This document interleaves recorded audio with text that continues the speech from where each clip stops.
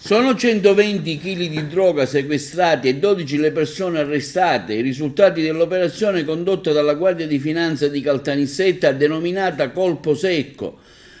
che si è svolta tra Caltanissetta, Agrigento e Roma. L'indagine ha preso avvio dalle azioni di contrasto e l'attività di spaccio di sostanze stupefacenti nelle piazze di spaccio realizzate dai finanzieri del GICO di Caltanissetta. L'ultimo sequestro effettuato dai finanzieri è stato realizzato proprio a Roma, dove nei giorni scorsi è stato arrestato un cittadino egiziano in possesso di un ingente quantitativo di sostanza stupefacente. L'uomo è stato individuato dopo appositi pedinamenti e attività di osservazione condotte dal GICO di Caltanissetta in collaborazione con i finanzieri del Comando Provinciale di Roma. Dopo essere stato fermato dagli uomini Fiamme Gialle a seguito di ulteriori accertamenti e perquisizioni, a suo carico sono stati rinvenuti oltre 100 kg di sostanze stupefacenti, dei quali 97 per hashish, 4,5 kg di marijuana. Nel corso delle perquisizioni sono state trovate anche 2 pistole, un silenziatore e 3 penne pistola con relative munizioni.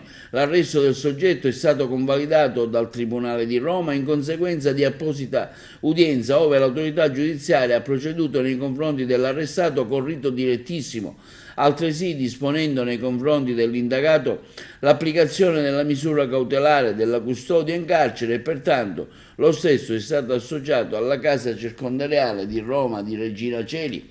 L'ingente sequestro effettuato a Roma giunge a conclusione di complesse indagini portate avanti dal GICO Nisseno sotto la guida della Procura di Caltanissetta sin dal febbraio scorso, le cui operazioni di polizia sono state eseguite nelle province di Agrigento e Caltanissetta e sono culminate con il sequestro di 17 kg di hashish, 100 grammi di cocaina, 400 grammi di marijuana, procedendo all'arresto di ben 11 persone.